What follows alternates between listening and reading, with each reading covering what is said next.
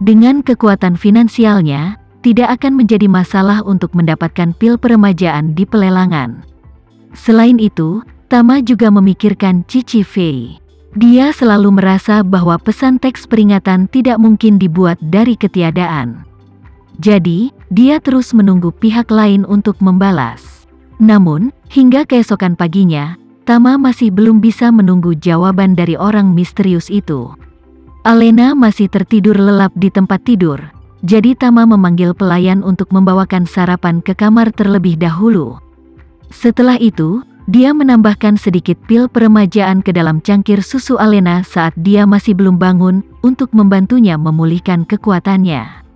Karena efek dari pil peremajaan terlalu jelas, dia tidak berani menambahkan terlalu banyak sekaligus, jadi dia berencana untuk membiarkannya meminum pil peremajaan secara bertahap selama sekitar 1 bulan ke depan.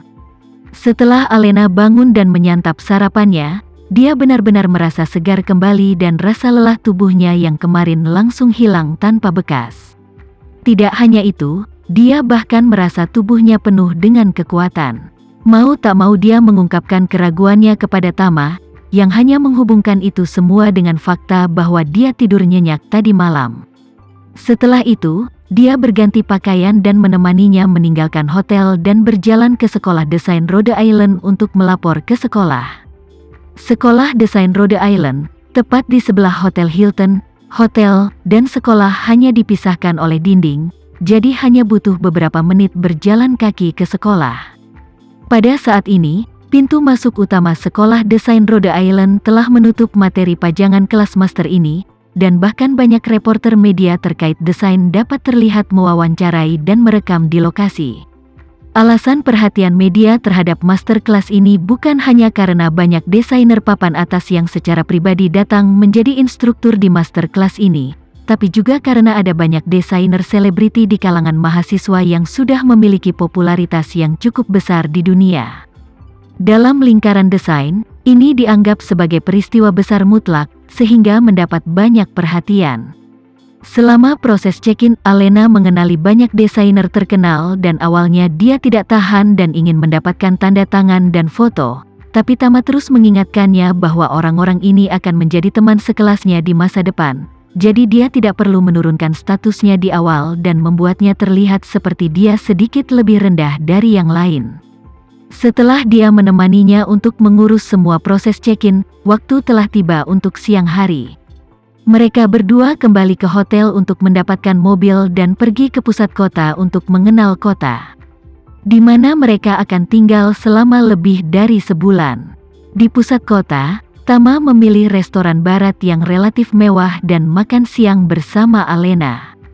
Saat mereka berdua sedang menikmati makan siang, ponsel Tama menerima pesan teks lagi. Ketika dia membukanya, itu dari orang misterius itu. Tama buru-buru membuka pesan itu, hanya untuk melihat bahwa pesan teks itu berbunyi, "Cici Fei dalam kesulitan besar, ini sangat mendesak. Tolong datang ke Vancouver dengan cepat." Melihat pesan teks ini, alis Tama menegang dan dia segera menelepon pihak lain. Namun, telepon dengan cepat berbunyi bip, memberitahu dia bahwa pihak lain telah mematikan telepon. Ini menyebabkan hatinya merasakan semacam kemarahan karena diejek.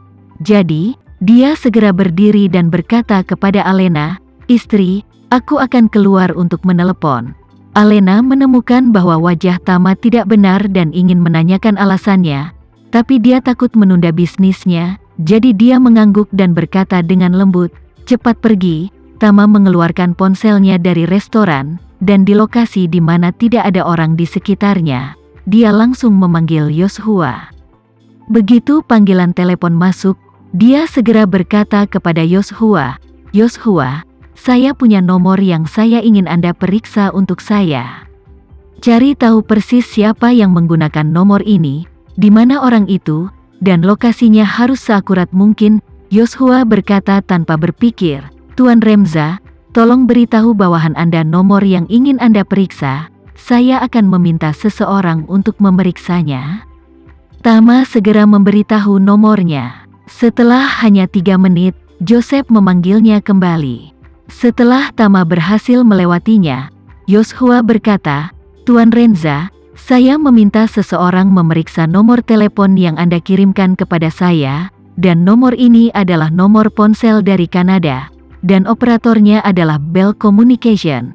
Namun, ini adalah kartu ponsel prabayar anonim, jadi tidak dapat menemukan informasi terkait pengguna kartu semacam ini meski kebanyakan turis asing kebanyakan beli, tapi di Kanada siapa saja bisa membelinya sesuka hati.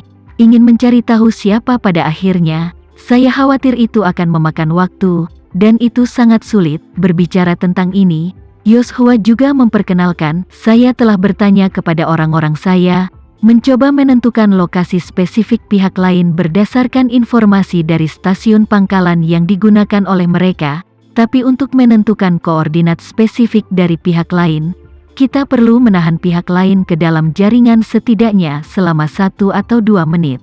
Tapi kesadaran anti pengintaian pihak lain sangat kuat. Mereka menyalakan jaringan tidak lebih dari 30 detik setiap kali, jadi kami hanya dapat mengetahui perkiraan lokasi mereka." Tama bertanya, "Berapa perkiraan lokasinya?" Yoshua menjelaskan, pihak lain menggunakan stasiun pangkalan yang terletak di Vancouver, Kanada, dekat Indonesianton, radius jangkauan sinyal base station lebih dari 2 km. Jadi kami hanya bisa menentukan pihak lain harus berada di kawasan Indonesianton, lokasi spesifiknya tidak bisa ditentukan. Ketika Tama mendengar ini, dia terkejut. Jika pengguna ponsel ini tidak di Vancouver, maka Tama juga bisa berasumsi bahwa ini mungkin semacam lelucon, atau semacam tahap pemanasan awal penipuan telekomunikasi. Tidak peduli apa tujuan pihak lain, setidaknya dia bukan ancaman langsung bagi Cici Fei. Namun, anak buah Yoshua sudah menemukan lokasi pengguna ponsel ini ke Indonesianton, Vancouver.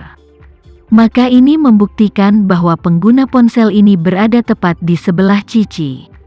Hal ini membuat hati Tama kembali tegang. Jadi, dia bertanya kepada Yoshua, apakah ada cara untuk menentukan lokasi pasti pihak lain sesegera mungkin? Setidaknya persempit akurasinya hingga dalam radius 100 meter. Yoshua menjelaskan, "Tuan Renza, jika Anda ingin mempersempit akurasi posisi dalam radius 100 meter, Anda harus membiarkan pihak lain tetap berada di jaringan setidaknya selama 1 atau 2 menit. Sehingga dimungkinkan untuk menentukan lokasinya melalui data antara dia dan beberapa BTS, dan jika pihak lain hanya menyala selama 30 detik setiap kali, secara teknis tidak mungkin untuk mencapai penentuan posisi yang akurat."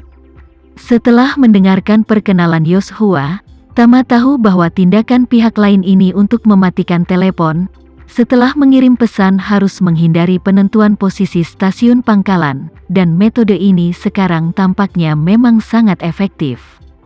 Jadi, dia bertanya kepada Yoshua, "Apakah Anda memiliki tenaga kerja di Kanada?" Yoshua berkata dengan malu, "Kembali ke Tuan Renza, area utama aktivitas front adalah Timur Tengah dan Afrika. Sisi Amerika Utara adalah wilayah Korps Tentara Bayaran Amerika dan beberapa geng luar negeri. Kami biasanya tidak campur tangan." Mengatakan bahwa dia menambahkan, "Tetapi jika Anda membutuhkan, saya akan mengirim seseorang sekarang." Tama menjadi ragu-ragu sejenak. Jika situasi Cici saat ini benar-benar mendesak, maka saya khawatir tidak ada waktu untuk menunda. Dan Yoshua mengirim seseorang dari Timur Tengah ke Vancouver, Kanada. Jarak penerbangannya sendiri akan lebih dari 10.000 km. Dia tidak memiliki concorde, dan akan memakan waktu lebih dari 10 jam untuk sampai ke sana paling cepat. Sekian dulu ya video kali ini, kita lanjutkan lagi videonya di lain waktu.